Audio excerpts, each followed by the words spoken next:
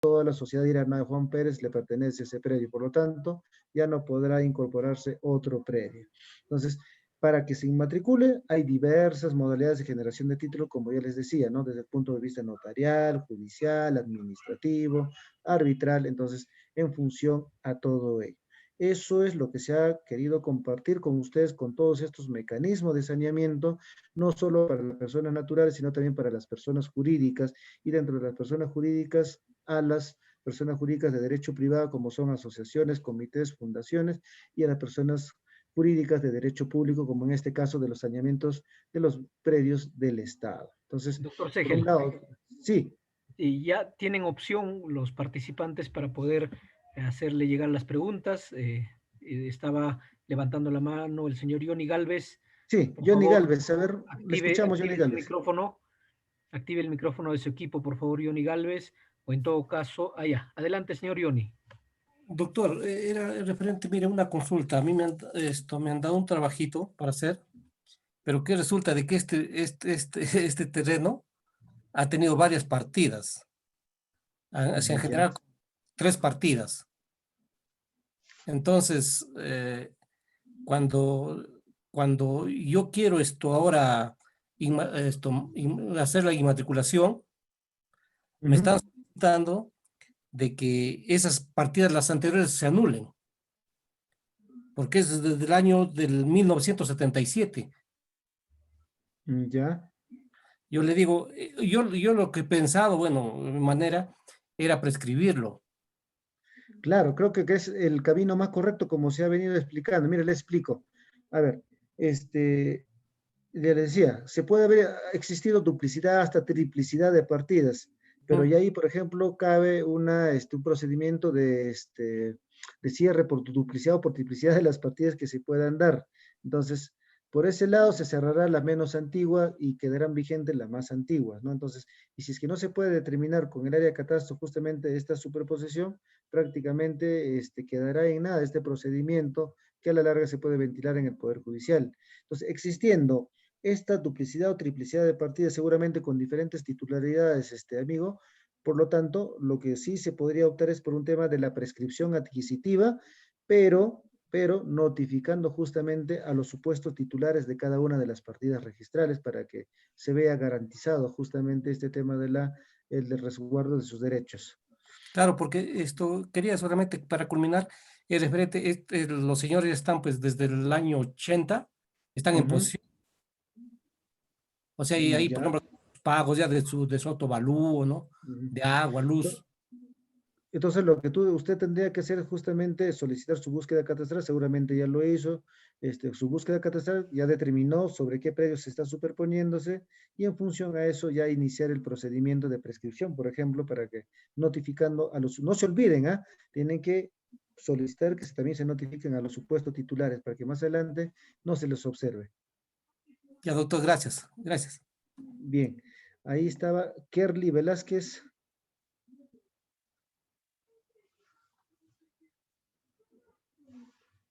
Con Kerly Velázquez. A ver, Carlis Velázquez, su pregunta, active su micrófono. Adelante, lo escuchamos. Sí, doctor Seger, buenas noches. Una pregunta muy cortita. Sí. Quería saber cuál es el criterio, la opinión que usted tiene para el caso de las solicitudes de inmatriculación que realizan los gobiernos regionales en el tema de formalización de predios rurales, porque por lo menos en la zona registral en la cual nosotros solicitamos inmatriculaciones, tenemos registradores que nos inmatriculan los predios a favor del Estado sin necesidad de presentar el acto firme.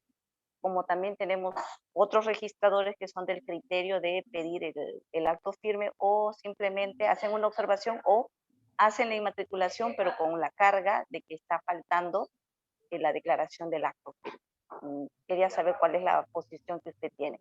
Esa es Bueno. una pregunta. Y muy aparte, quería saber también, hubo un caso en el cual se inmatriculó, había un predio matriz, eh, se solicitó una subdivisión, pero en materia de la subdivisión quedaron 2 áreas remanentes, no teniendo continuidad. Y el registro no, de oficio no generó una nueva partida para el otra área remanente. Quería saber cuál sería la salvedad aquí a seguir.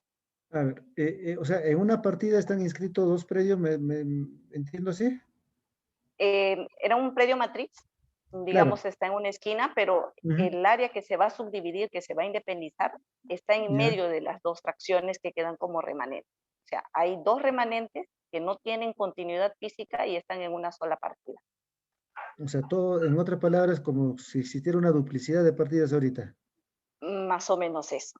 Porque de acuerdo a lo que está revisando el reglamento, de oficio el registro debió generar una nueva partida para una de las áreas remanentes, ¿no? Y la otra área que quede en la partida matriz. Ya, mire, lo que pasa es por técnica registrar. Antes quizás, a ver, primer supuesto, antes se inscribía un predio en una sola partida, digamos, hasta dos o tres predios. Ya, entonces no se respetaba el llamado principio de especialidad, que debe aperturarse una Especialidad. partida por cada predio. Eso era antes, entonces ahora sí se viene haciendo. Si es que ahí solicita la inmatriculación de tres predios, se apertura una partida por cada uno de esos. Hasta ahí no hay mayores problemas. Sí, correcto. El asunto va justamente por la otra situación. Supongamos que usted solicite, como se dice, la independización, la subdivisión e independización de los predios.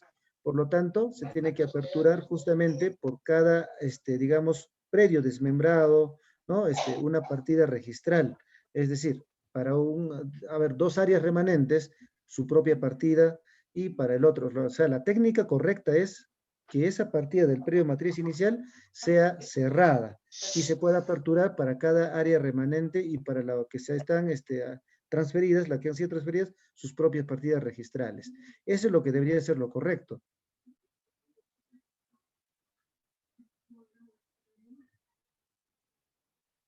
¿Sí? ¿Me escucha?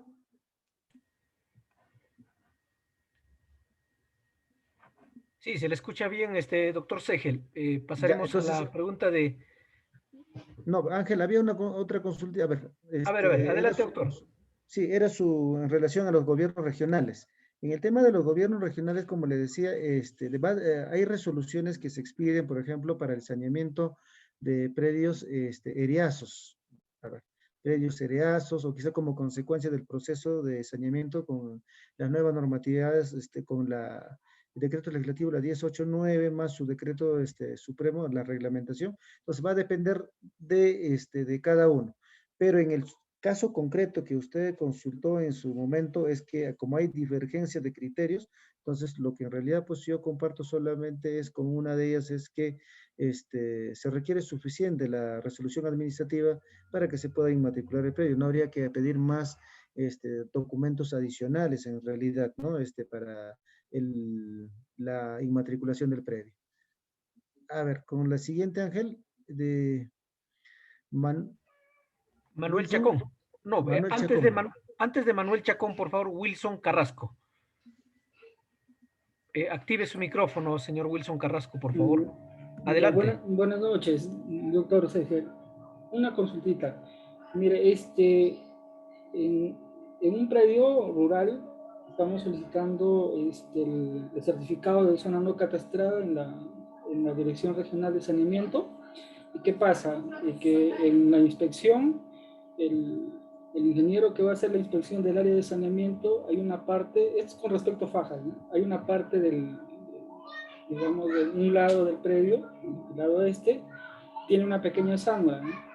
Y en la inspección hizo su acta y consideró de que para que se viabilice, aparte de otras observaciones pequeñas, se viabilice el procedimiento de la emisión del certificado de zona no catastrada, se tiene que hacer la delimitación de faja, ¿no? Pero más adelante la doctora Gladys me dijo que esto no tenía nada que ver, ¿no? Que era una carga y que no retrasaba el procedimiento en sí, no debería seguir, pero allí eso se le explicó a través de un documento al área correspondiente, pero ellos insisten en que esto de acá tiene que haber una delimitación de faja y el trámite tiene que hacerse ante la autoridad administrativa del agua correspondiente, entre la AAA. Y ahí está en ese plan, ahora que usted me dice que hay una resolución jefatural, ¿no? Del ANA, la 332, que señala los criterios de delimitación de las fajas y cuerpos de agua. Entonces, en este punto, ¿es necesario hacer ese procedimiento? Va mi pregunta, o simplemente fundamento en que en esta instancia no debería haber una traba. Claro, o sea, ya hace un momento hemos compartido una resolución del Tribunal Registral. Creo que tu amparo sería justamente tomar tu base en esa resolución, ¿no? Que el Tribunal Registral ha optado por un criterio de que mientras no se determine la faja marginal, porque no te pueden obligar a presentar ninguna documentación. La Pero que diga, ¿no? 103/2021, doctor. Sí, sí, así es. Entonces Ok. no te podrían obligar en realidad. Fundamentalo cuando tenga alguna observación, ampárese en ese criterio. Ok, doctor. Está bien, muy buena su aclaración, porque ya 2 veces que me están poniendo, yo les he indicado, pues, capaz que no tenía un sustento legal bastante firme, ¿no? Pero, Claro, ahora sí, usted revíselo, descárguelo de la ok. página del Tribunal Registral y ahí va a encontrar todos los fundamentos y con función a eso ya pueda levantar la observación. Eso puede ser la salida. Ya, doctor, Sí, muchas gracias. Otro comentario, básicamente pequeño, sobre el uso de las coordenadas UTM para cálculo de áreas. ya, En mi experiencia, yo creo que si bien las coordenadas geográficas y la estandarización un poco al sistema, digamos, WGS 84, para los que trabajamos predios rurales nos ha ayudado bastante. Yo creo que sí debería considerarse, ¿no? Pero dado que el mismo dato, digamos, la precisión de los BGS 84, toma medidas planas, digamos, ahí es donde probablemente haya un cuestionamiento relativo al cálculo de áreas, ¿no? Pero para mí, por ejemplo, me favorece en áreas grandes, levantamiento de áreas grandes rurales. No voy a ir a medir con una wincha, pues 80, 100 hectáreas, eso no lo acabo claro, nunca, ¿no? Entonces, para mí sí, por ejemplo, en ese contexto, lo que yo trataría de implementar desde mi punto de vista es la corrección de la parte técnica, la toma de coordenadas mediante el uso de un GPS diferencial, aunque en la práctica también eso es un poco costoso para nosotros. La mayoría claro, utilizamos GPS navegadores con un margen de error mayor, de uso civil, de común, ¿no? Entonces, pero sí es utilidad, ¿no? Yo creo que más va el tema de mirarlo más a detalle cuando hacemos mediciones en el ámbito urbano, ¿no? Cuando son áreas pequeñas, entonces va por el mecanismo de que ahí manda el perímetro, ¿no? La medida perimetral manda porque son áreas pequeñas, entonces de alguna manera si hay una diferencia de las áreas, para el cálculo con respecto a coordenadas no sería tan lógico, ¿no? La calculación, ¿no? Más para el tema de la ubicación, claro. entendiéndolo así, ¿no? Ajá. Esta Entonces, resolución del tribunal, como le decía, solamente creo que no es que creo, sino que ha sido justamente para una casuística de un predio urbano, no tanto de así rural, sí, es. entonces, Ajá. sí, entonces se ha dado esa situación. Así Yo es, no amigo creo que Wilson. hasta en qué momento se puede estandarizar, digamos, más por el tema de la utilidad de cómo tomamos la información en campo, ¿no? Y Exacto. eso, el haber estandarizado hasta la utilización del dato del BGC 84, perfecto, ¿no? Creo que es uno de lo que de alguna manera es el más flexible y el más utilizable para nuestra zona de ubicación, ¿no? De Perú, que tenemos la zona 17, 18, 19, pues más para la selva, ¿no? Entonces, yo creo que eso nos ha estandarizado un poco, porque anteriores, por ejemplo, había unos planos, unos predios levantados en base a un sistema, el PESAC 56, que por la misma geometría de la proyección, en comparación a la actualidad, pues el error era alrededor de 200, 300 metros, ¿no? Entonces, yo creo que ahí hemos avanzado un poco, pero esto tiene que irse a un tema de homologar criterios y estandarizarlo, ¿no? Claro, de eso se trata justamente. Ahora estamos haciendo, como le digo, discusiones, diálogos más que todo con el Tribunal Registral. Así es, amigo Wilson. Ok, Gracias por doctor, su muchas aporte. gracias. Gracias. Ya. Manuel Chacón.